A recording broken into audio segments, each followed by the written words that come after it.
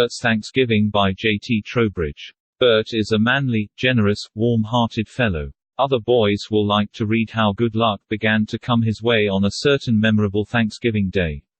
At noon, on a dreary November day, a lonesome little fellow, looking very red about the ears and very blue about the mouth, stood kicking his heels at the door of a cheap eating house in Boston, and offering a solitary copy of a morning paper for sale to the people passing.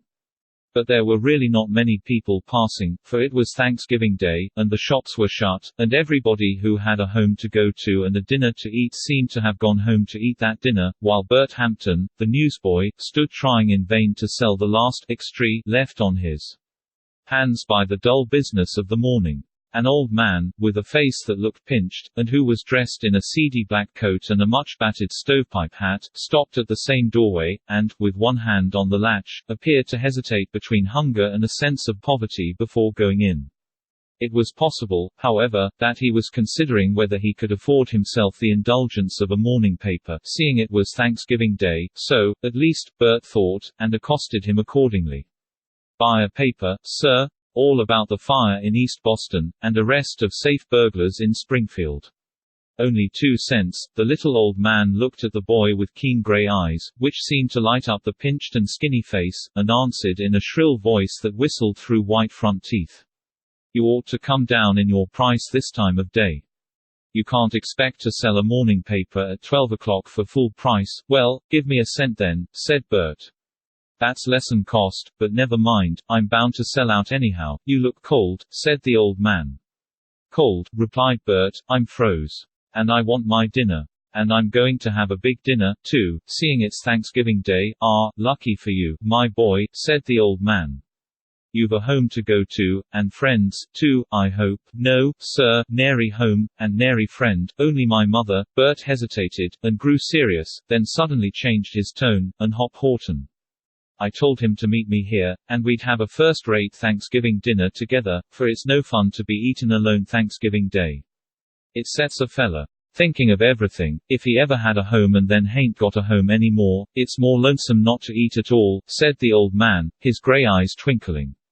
"And what can a boy like you have to think of? Here, I guess I can find 1 cent for you, though there's nothing in the paper, I know." The old man spoke with some feeling, his fingers trembled, and somehow he dropped 2 cents instead of 1 into Bert's hand. "Here, you've made a mistake," cried Bert. "A bargain's a bargain. You've given me a cent too much." "No, I didn't. I never give anybody a cent too much, but, see here." And Bert showed the 2 cents, offering to return 1. "No matter," said the old man, "it will be so much less for my dinner." That's all. Bert had instinctively pocketed the pennies when, on a moment's reflection, his sympathies were excited. "Poor old man," he thought, "he's seen better days I guess. Perhaps he's no home. A boy like me can stand it, but I guess it must be hard for him. He meant to give me the odd cent all the while, and I don't believe he has had a decent dinner for many a day." All this, which I have been obliged to write out slowly in words, went through Bert's mind like a flash. He was a generous little fellow, and any kindness shown him, no matter how trifling, made his heart overflow. "Look here," he cried, "where are you going to get your dinner today? I can get a bite here as well as anywhere." "It don't matter much to me," replied the old man. "Dine with me," said Bert, laughing. "I'd like to have you. I'm afraid I couldn't afford to dine as you are going to," said the man, with a smile, his eyes twinkling again and his white front teeth shining. "I'll pay for your dinner," Bert exclaimed. "Come. We don't have a Thanksgiving but once a year, and a fella wants a good time then, but you are waiting for another boy. Oh, Hop Horton. He won't come now, it's so late. He's gone to a place down in North Street, I guess, a place I don't like. There's so much tobacco smoked and so much beer drank there." Bert cast a final glance up the street. "No, he won't come now. So much the worse for him. He likes the men down there, I don't." "Ah," said the man, taking off his hat, and giving it a brush with his elbow, as they entered the restaurant, as if trying to appear as respectable as he could.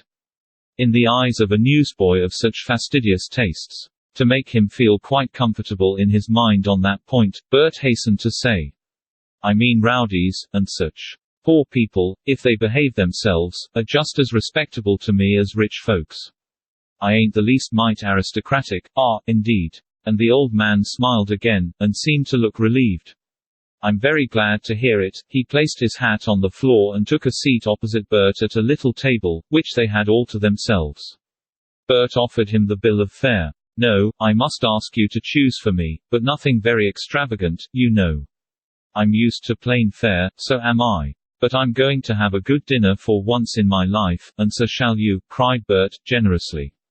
"What do you say to chicken soup, and then wind up with a thumping big piece of squash pie? How's that for a Thanksgiving dinner? Sumptuous," said the old man, appearing to glow with the warmth of the room and the prospect of a good dinner. "But won't it cost you too much?" "Too much? No, sir," laughed Bert. "Chicken soup, 15 cents, pie, they give tremendous pieces here, thick, I tell you, 10 cents. That's 25 cents, half a dollar for two. Of course, I don't do this way every day in the year. But mother's glad to have me, once in a while. Here, waiter," and Bert gave his princely order as if it were no very great thing for a liberal young fellow like him, after all. "Where is your mother? Why don't you dine with her?" the little man asked. Bert's face grew sober in a moment. "That's the question, why don't I? I'll tell you why I don't. I've got the best mother in the world. What I'm trying to do is to make a home for her, so we can live together and eat our Thanksgiving dinners together sometime. Some boys want one thing, some another. There's one goes in for good times, another's in such a hurry to get rich he don't care much how he does it, but what I want most of anything is to be with my mother and my two sisters again, and I ain't ashamed to say so." Bert's eyes grew very tender, and he went on, while his companion across the table watched him with a very gentle, searching look. "I haven't been with her now for 2 years, hardly at all since father died. When his business was settled up, he kept a little grocery store on Hanover Street. It was found he hadn't left us anything. We had lived pretty well up to that time, and I and my two sisters had been to school, but then mother had to do something, and her friends got her places to go out nursing, and she's a nurse now.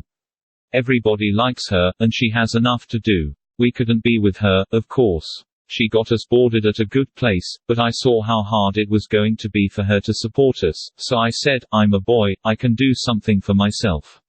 You just pay the board, and keep em to school, and I'll go to work, and maybe help you a little, besides taking care of myself." "What could you do?" said the little old man. "That's it, I was only 11 years old, and what could I? What I should have liked would have been some nice place where I could do light work, and stand a chance of learning a good business. But beggars mustn't be choosers. I couldn't find such a place, and I wasn't going to be loafing about the streets, so I went to selling newspapers. I've sold newspapers ever since, and I shall be 12 years old next month." "You like it?" said the old man. "I like to get my own living," replied Bert, proudly, "but what I want is to learn some trade, or regular business, and settle down, and make a home for, but there's no use talking about that.